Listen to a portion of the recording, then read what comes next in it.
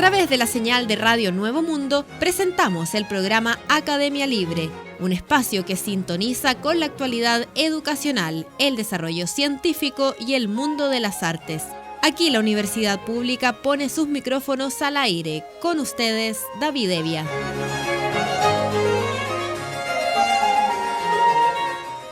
Vaya nuestro saludo a todos los auditores de Radio Nuevo Mundo que a esta hora sintonizan la emisión de Academia Libre, donde la educación, las ciencias y las artes confluyen para hacer de la creación de conocimiento un espacio público. Me acompañan Francisca Baitía y Cristian Castro. Conversamos sobre educación en Academia Libre y lo hacemos para referirnos por segunda semana consecutiva a lo que está ocurriendo en el ámbito latinoamericano.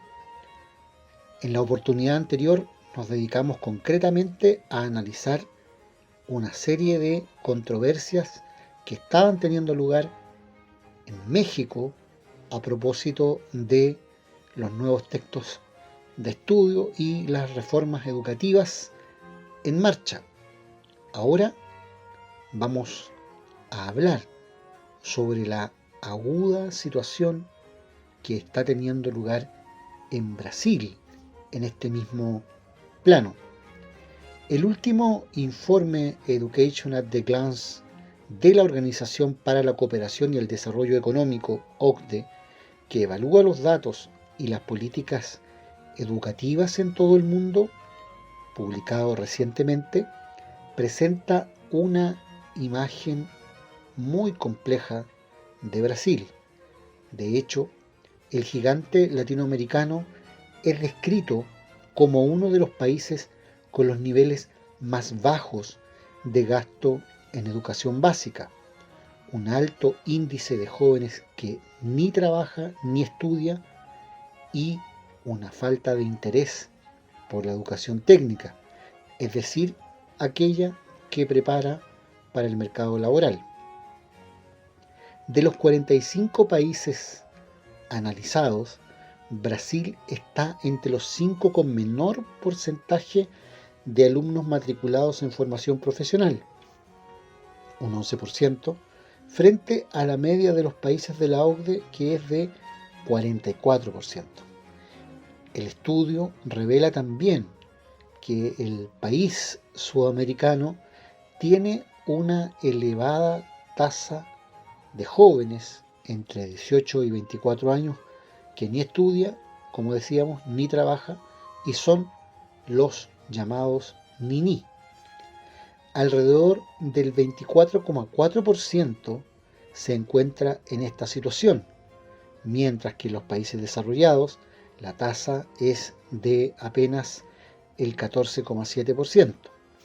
Entre los niní de Brasil, las mujeres son más numerosas, cerca del 30%, mucho más que en otros países donde la media femenina es del 14%.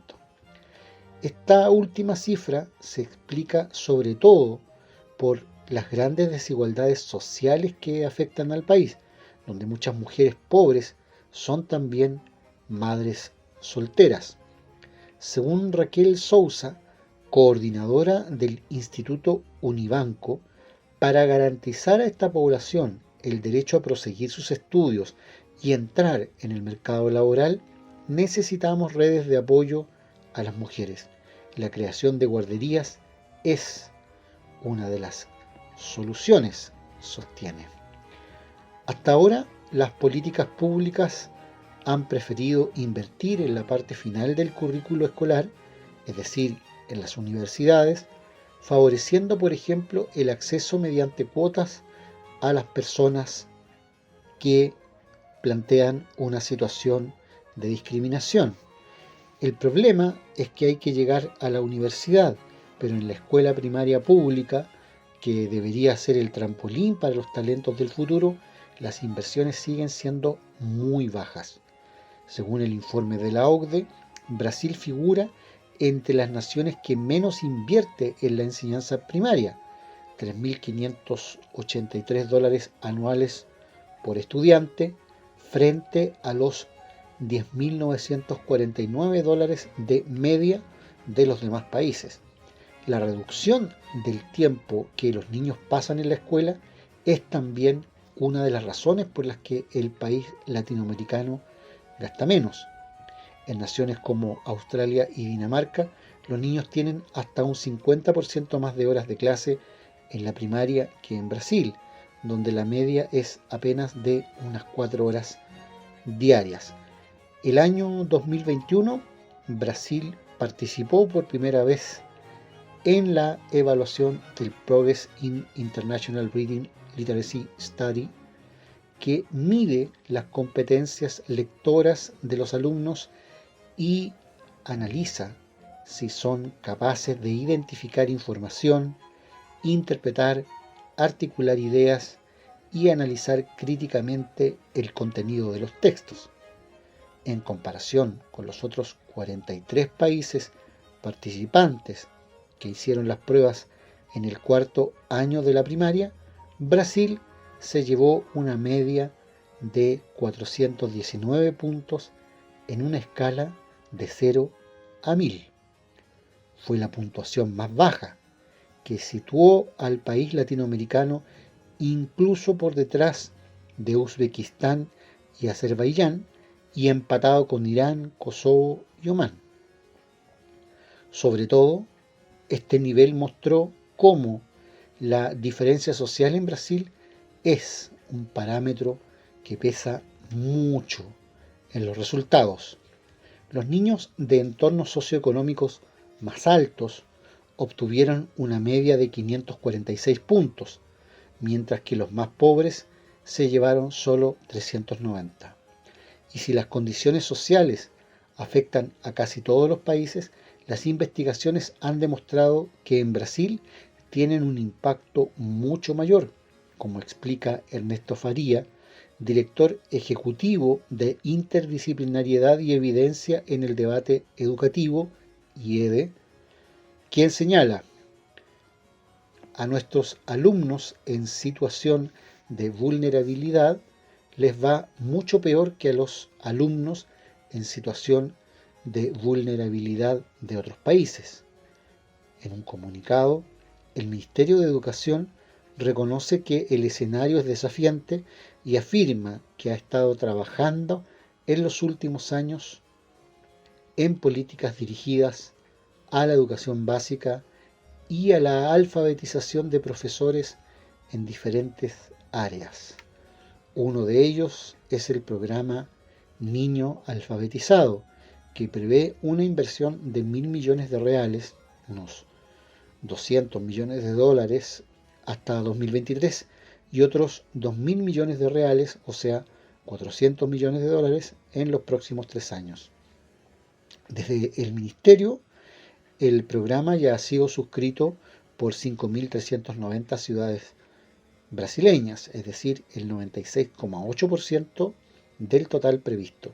Sin embargo, noticias positivas como esta tienen que abrirse paso a través de otras.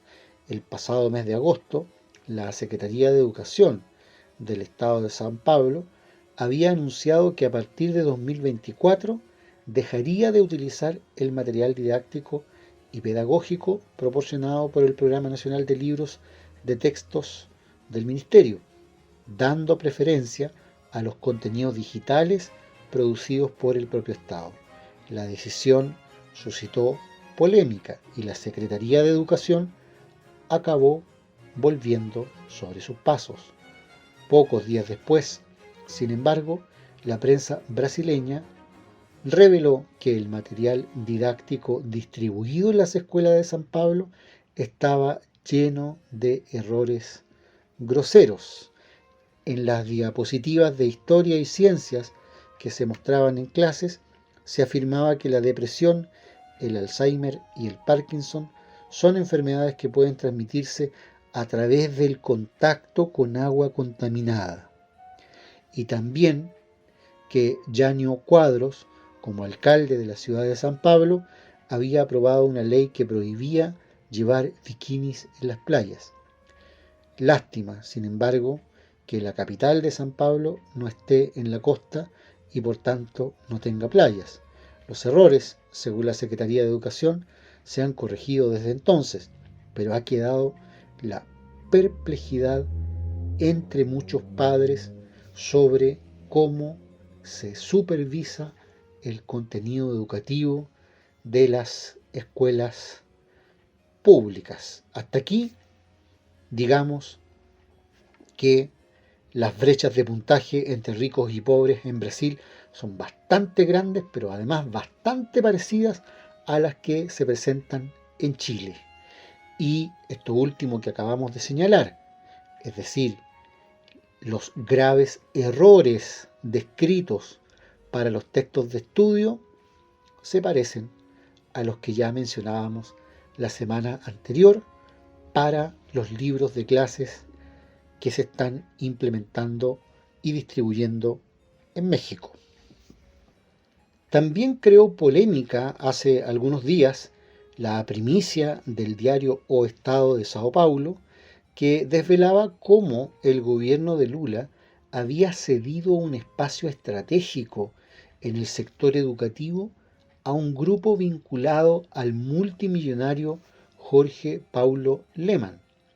Según el diario brasileño Mega Edu, una ONG financiada por Lemann ha firmado un acuerdo con el Ministerio de Educación para dar su opinión sobre la conexión de las escuelas públicas a Internet y al mismo tiempo ha sido incluida en un consejo del Ministerio de Comunicaciones que define parte de los cerca de 6.600 millones de reales, unos 1.300 millones de dólares, que se destinarán a la conectividad de los estudiantes.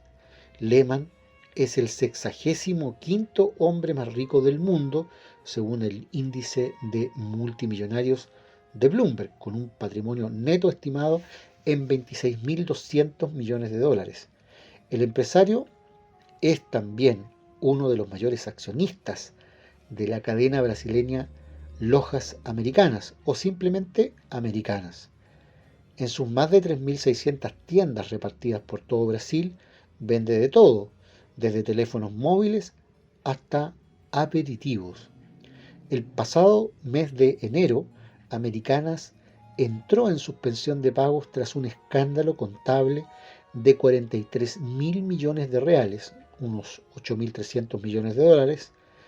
En aquella ocasión, Lula tuvo duras palabras contra el empresario. Este Lemann fue vendido como el empresario de éxito por excelencia. Fue el hombre que financió a jóvenes que estudiaban en Harvard para fomentar un nuevo gobierno. Hablaba todos los días contra la corrupción y luego cometió un fraude que podría alcanzar los 40.000 millones de reales, dijo el presidente brasileño en una entrevista a la televisión Rede TV, añadiendo que, comillas, va a pasar lo que pasó con Eike Batista. La gente está vendiendo una idea que en realidad no es. O Estado de Sao Paulo también cuestionó en su investigación no solo la inconsistencia de esta historia, sino especialmente el posible riesgo de conflicto de intereses. Además de colaborar con el Ministerio y el Fondo para la Universalización de los Servicios de Telecomunicaciones, donde se encuentra el 40% de los recursos que el gobierno pretende invertir hasta 2026, dice el artículo, también se pidió a la ONG que diera su opinión sobre el uso de los 3.100 millones de reales, o si se quiere 615 millones de dólares, de dinero privado que los operadores de telefonía estaban obligados a invertir para ganar franjas horarias en la subasta 5G. Megaedu afirma que no hay conflictos de intereses. Tras el revuelo causado por el artículo, la Fundación emitió un comunicado en el que aseguró que la asociación entre el Ministerio y la organización no gubernamental que financia es pública, de carácter estrictamente técnico, no implica ninguna transferencia de recursos y está exclusivamente al servicio de la conectividad a Internet con fines educativos en todas las escuelas de Brasil. El pasado martes, Lula lanzó la Estrategia Nacional de Escuelas Conectadas, el plan anunciado como uno de los principales proyectos sociales de gobierno. Cuenta efectivamente con la participación de Mega Edu. La investigación del diario brasileño señala que, comillas, en un momento de dificultad para la creación de nuevas inversiones públicas y a un año de las elecciones municipales, llevar Internet a los escolares de todo el país se ha convertido en una olla de oro para el gobierno federal y un área codiciada por el centro, las empresas y las organizaciones del sector. Tanto es así que incluso el ministro de Comunicaciones, Juscelino Filho, busca un aliado político para presidir el órgano que ejecuta los proyectos de conectividad de la subasta 5G y que dispone de 3.100 millones de reales en efectivo. Para el profesor Saulo Andreón, coordinador del Pacto por el Aprendizaje en Espíritu Santo, una iniciativa que involucra a profesores y autoridades locales para mejorar la calidad de la educación, la alfabetización en Brasil requiere la acción de todos los entes federales. Es responsabilidad de todos, explica. El profesor no puede sentirse solo, necesita el apoyo de la dirección de la escuela necesita el apoyo de la red educativa, el municipio necesita al Estado. La educación debe ser un desafío permanente, concluye, en un escenario, como estamos viendo, bastante complejo para la transparencia de la educación y de las autoridades respectivas en Brasil, y desde luego no solo para la transparencia de la educación, sino para los objetivos mismos de aquella. Brechas de aprendizaje horrorosas entre ricos y pobres, repitámoslo porque es también la realidad de Chile, vínculos absolutamente extraños que uno quisiera que fueran desmentidos entre las autoridades de gobierno y empresas que tienen intereses creados en el ámbito de la educación, y para rebasar contenido de lo inaceptable, contenidos en los textos de estudio que no se condicen con la realidad, y más allá de eso son flagrantemente errores, tal como hemos venido observando en el panorama regional latinoamericano de la educación. Ojalá no tuviéramos que conversar de estas cosas, pero ahí están ocurriendo, y es importante analizarlas, visibilizarlas y someterlas a un examen crítico. En Academia Libre, la música tiene historia, con Francisca Beitía. Silvia Sublet, nacida el 5 de febrero de 1923 en Antofagasta, Chile, fue una de las grandes compositoras chilenas, cantante, instrumentista, directora coral, pedagoga y gestora cultural.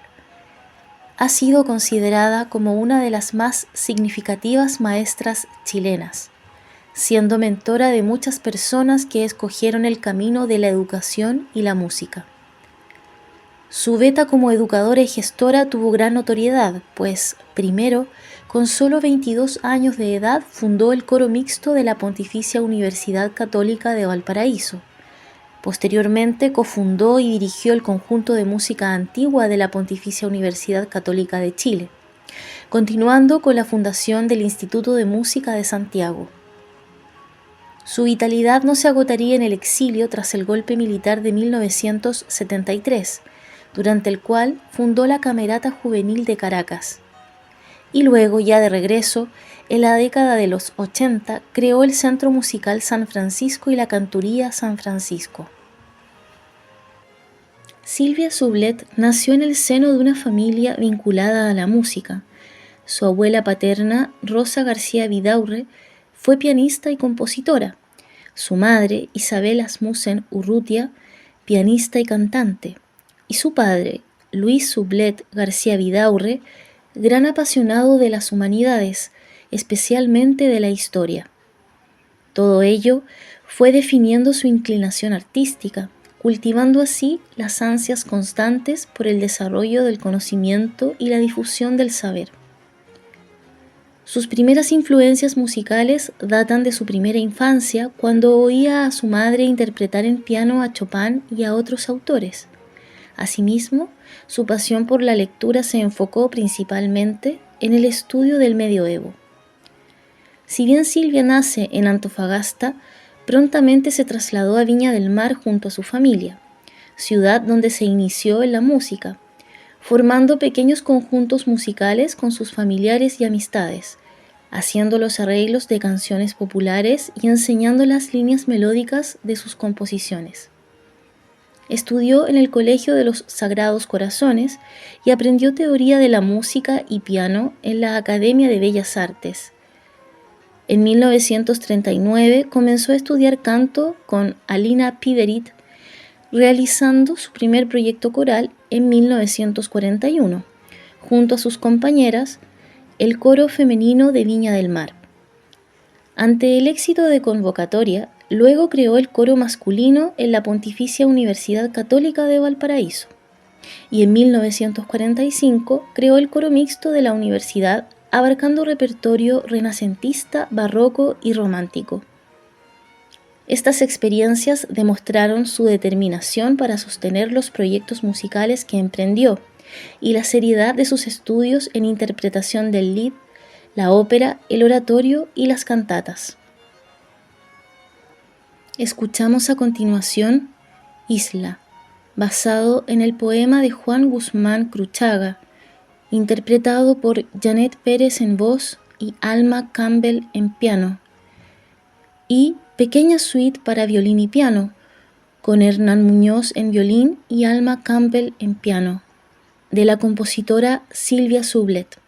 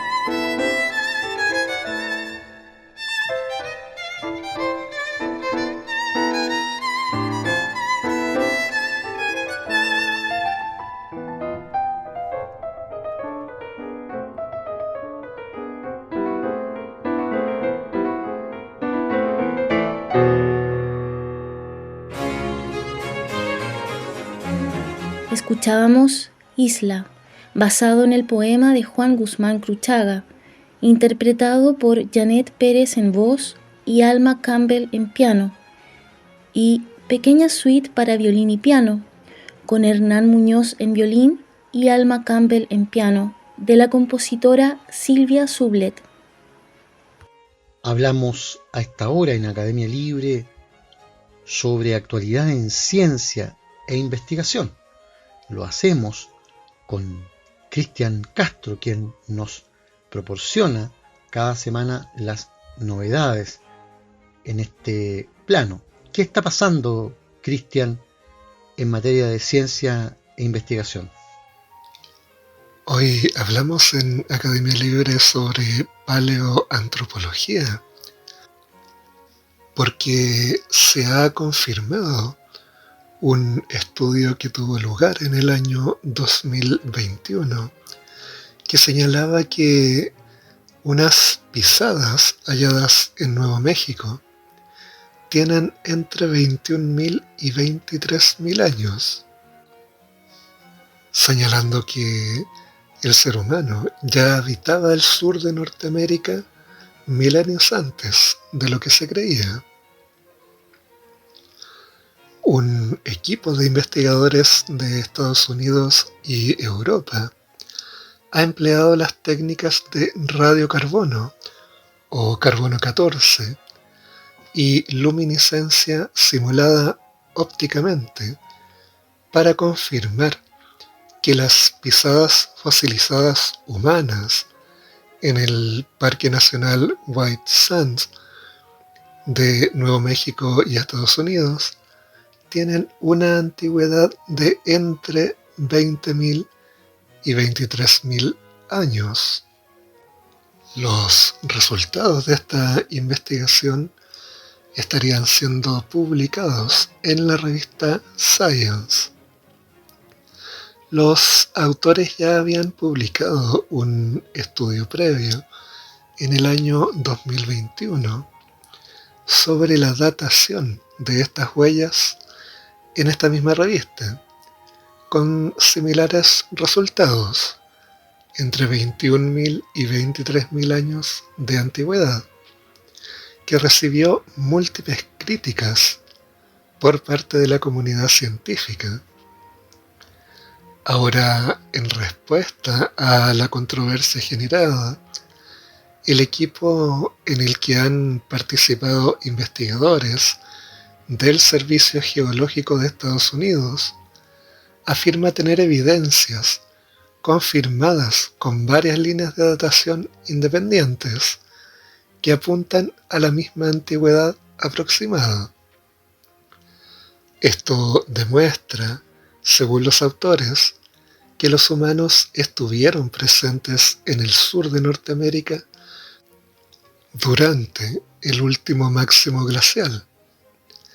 Antes se pensaba que habían llegado a esa zona hace entre 13.500 y 16.000 años.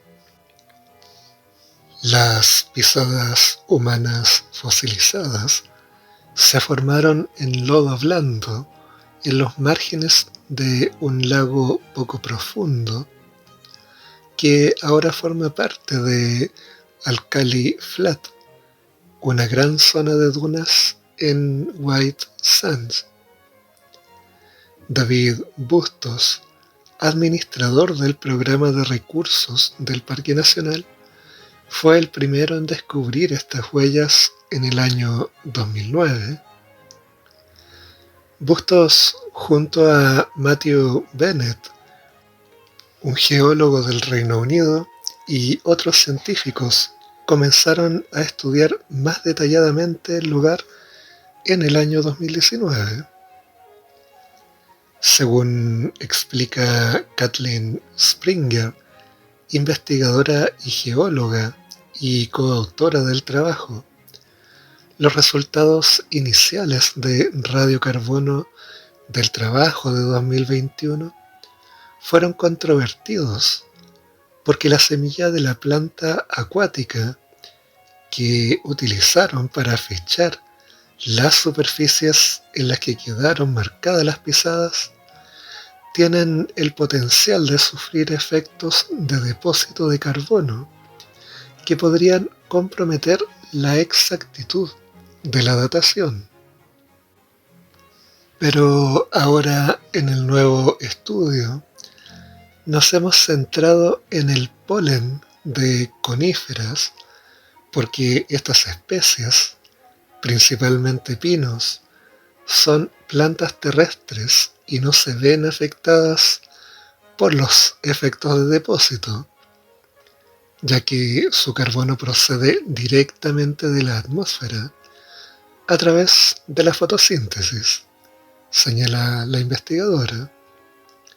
Springer reconoce que el inconveniente de la datación del polen es que es diminuto, pero los métodos que utilizamos en esta investigación nos permitieron aislar 75.000 granos de polen puro por muestra, lo que fue suficiente para obtener dataciones de radiocarbono sólidas.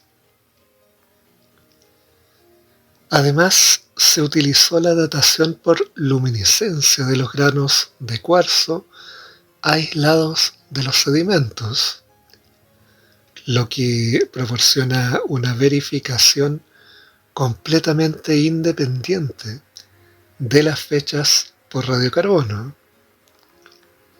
Incluso mientras publicábamos el estudio anterior, ya habíamos comenzado a probar nuestros resultados con múltiples líneas de evidencia.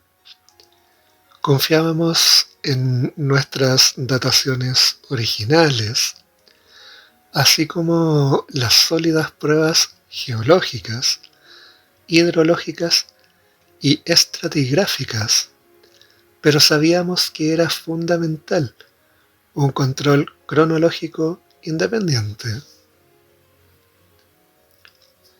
La científica recalca que las conclusiones obtenidas mediante la datación por radiocarbono del polen y luminiscencia de los sedimentos muestran que el marco cronológico establecido originalmente para las pisadas del parque es fundamentalmente sólido. Para Springer, el nuevo estudio de las pisadas fosilizadas de White Sands cierra el caso y resuelve la controversia, combinando la evidencia geológica, hidrológica, estratigráfica, cronológica y climática previamente reportada, la congruencia de la datación de carbono 14 calibrada de las semillas acuáticas, la de los granos de polen terrestre y las logradas mediante luminiscencia, apoyan la conclusión de que los humanos estuvieron presentes en Norteamérica durante el último máximo glacial. ¿Qué supone esta información? Según la geóloga, los humanos estuvieron en el sur de Norteamérica durante el último máximo glacial, hace entre 21.000 y 23.000 años, y esto significa que estaban allí antes de que se cerraran las enormes capas de hielo. Nuestros hallazgos, concluye, amplían en miles de años el rango conocido de ocupación en la zona, lo que tiene implicancia para las rutas migratorias, los estudios de ADN antiguo y también la lingüística. Según aparece en la información de la web del Parque Nacional de White Sands, durante unos 80 años, solo se conocía la existencia de una pequeña colección de huellas fosilizadas, Pero en el año 2006, un grupo de científicos observó manchas oscuras en el lecho del lago que parecían ser pisadas. Su curiosidad les llevó a desenterrar estas manchas oscuras en el año 2009, lo cual acabó desvelando las huellas humanas. Estas marcas de pies se encontraban junto a semillas antiguas que entonces los científicos dataron en más de 18.000 años. En el año 2018, los investigadores descubrieron lo que creen que son las pisadas de una mujer. Estas cuentan una historia que puede parecer aún familiar. Las huellas la muestran caminando durante casi una milla con las pisadas de un niño pequeño que aparecen ocasionalmente junto a las suyas. Las pruebas sugieren que llevaba al niño en brazos, caminando de un lado a lado y dejándolo en el suelo de vez en cuando mientras caminaban. Las pisadas se ensancharon y resbalaron en el barro debido al peso adicional que llevaba. Basándose en la estatura y la velocidad de la marcha, parece que la mayoría de las marcas encontradas proceden de adolescentes y niños. Según el estudio del año 2021, publicado en la revista Science, una hipótesis es la división del trabajo, en la que los adultos se dedicaban a tareas especializadas, mientras que ir a buscar y cargar se delegaba en los adolescentes acompañados por niños, que en conjunto dejaban un mayor número de pisadas, un patrón que es común a todas las superficies excavadas. Muchas gracias, Cristian, por ese reporte que nos deja al día en ciencia e investigación. Vamos a la música con Francisca Beitía. Su amor por la música también se vio reflejado en su matrimonio con Gabriel Valdés, político chileno muy involucrado en el mundo de la música por influencia familiar. Su hermana era la esposa del compositor Alfonso Letelier. Su vínculo con el político le abrió valiosas oportunidades, conjugadas muy bien con la propia formación y con la de su hermano, el musicólogo Gastón Sublet. De dicha unión derivó la formación del Octeto de Santiago, grupo vocal compuesto por importantes personajes de la cultura de la época y que abordó repertorio del siglo XX. Hacia 1948, Silvia ingresó al Conservatorio Nacional de Música de la Universidad de Chile, donde se especializó en contrapunto, fuga y composición con Domingo Santa Cruz y en canto con Clara Oyuela. En 1951 viajó a Francia para estudiar en el Conservatorio de París con Thaddeus Mudd, cursos de composición, y con Olivier Messiaen, análisis de la composición. A su vez, se desarrolló como cantante entre 1948 y 1975, incursionando en la ópera en que interpretó diversos roles de Las bodas de Fígaro y El rapto en el Seraglio, de Mozart. También participó en L'Enfant et les Sortilèges, de Maurice Ravel, y el retablo de Maese Pedro, de Manuel de Falla, dando numerosos conciertos, especializándose en la interpretación vocal de la música antigua y barroca, además de perfeccionarse permanentemente en dirección de orquesta, instrumentación y canto en jornadas, seminarios o talleres con destacados estudiosos de la música antigua a nivel mundial. Trabajó en Londres con Raymond Lepet y en Nueva York con la sección Archivos y Manuscritos del Metropolitan Museum. Por su parte, Federico Heinlein fue clave en la formación de Silvia, pues con su experiencia de ayudante de Eric Kleiber, poseía un bagaje impresionante. Reunía a la gente interesada en torno a charlas sobre literatura, música, filosofía, entre otras disciplinas. La compositora relataba aquella experiencia. Para que nosotros aprendiéramos estilo, nos juntábamos y él tocaba una obra en piano, o si no, con un cello o un violín, y nos hacía escribir qué nos parecía la obra, si nos parecía interesante, de qué periodo era, de qué estilo.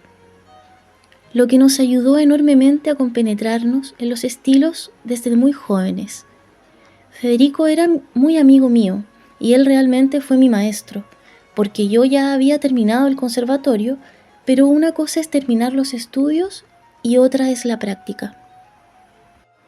Ahora bien, cuando Silvia cofundó el conjunto de música antigua en 1960, junto a notables artistas, hubo un gran avance en la actividad musical en Chile, siendo el primer conjunto de música antigua del país, con giras por Estados Unidos, Perú, México, España, Francia, Italia, Yugoslavia, Rumania, Grecia y Rusia. Después del golpe militar en Chile en 1973 y luego de 14 años de trabajo con el conjunto de música antigua, Silvia y su esposo se exiliaron en Estados Unidos. Esta experiencia le dio posibilidad de conocer a José Antonio Abreu, el creador del sistema de orquestas juveniles en Venezuela, y trabajó durante 2 años con el apoyo de artistas chilenos en la creación de la Camerata Nacional Juvenil de Caracas. De vuelta en Chile, en dictadura aún, realizó una extensa investigación en el Centro Musical San Francisco y la Cantoría San Francisco, fundado por ella en 1981 en Concepción, y logró recuperar una vasta cantidad de repertorio del barroco latinoamericano y monteverdiano. Una vez disuelta la cantoría, Silvia creó la Corporación Cultural del Instituto de Música de Santiago, con varios momentos de inestabilidad económica y financiado por distintas empresas como universidades privadas y círculos de amigos del instituto. Igualmente, durante más de una década, formó a una gran cantidad de jóvenes músicos. Formó a cantantes y rescató óperas olvidadas, desde Dafne de Caldara, Dido y Eneas de Purcell, hasta L'Incoronazione di Popea de Monteverdi y El Triunfo del Honor de Scarlatti.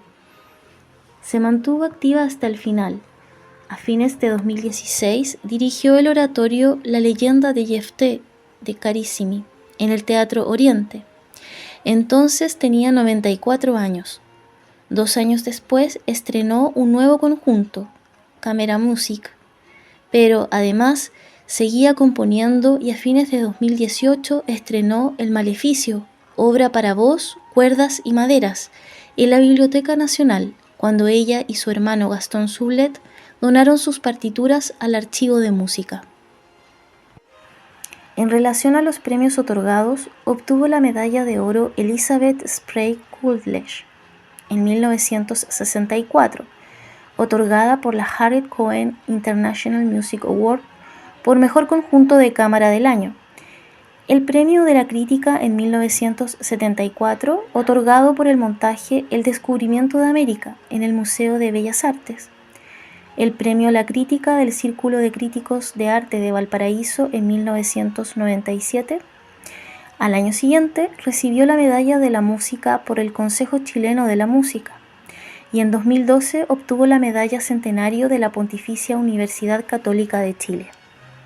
En 2006, Silvia y su esposo viajaron a Italia, donde se dedicó a la composición de Misa Romana para coro mixto, solistas, órgano y violonchelo, obra estrenada por el coro de cámara de la Universidad Alberto Hurtado bajo la dirección de Guido Minoletti. Silvia Sublet, con una vasta trayectoria como gestora y educadora y un notable trabajo compositivo, falleció a los 96 años en Santiago, el 29 de enero de 2020. Escuchamos a continuación Lluvia, basado en el poema de Juana de Ibarburu de la compositora Silvia Sublet, interpretado por el Coro Femenino de Viña del Mar, con Andrea Muñoz como solista.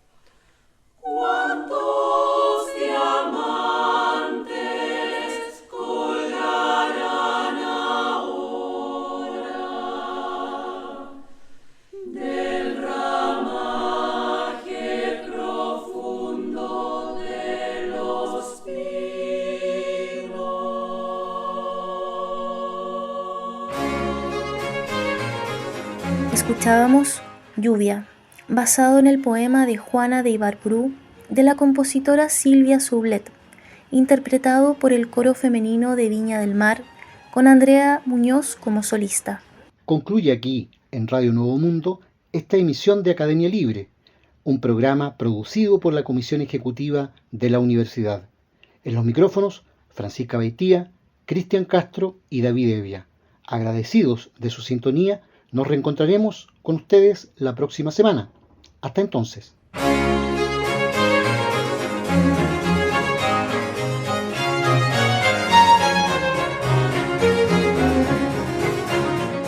Concluye aquí este capítulo de Academia Libre, un programa que aporta miradas críticas a la construcción de la sociedad. Hasta una próxima oportunidad.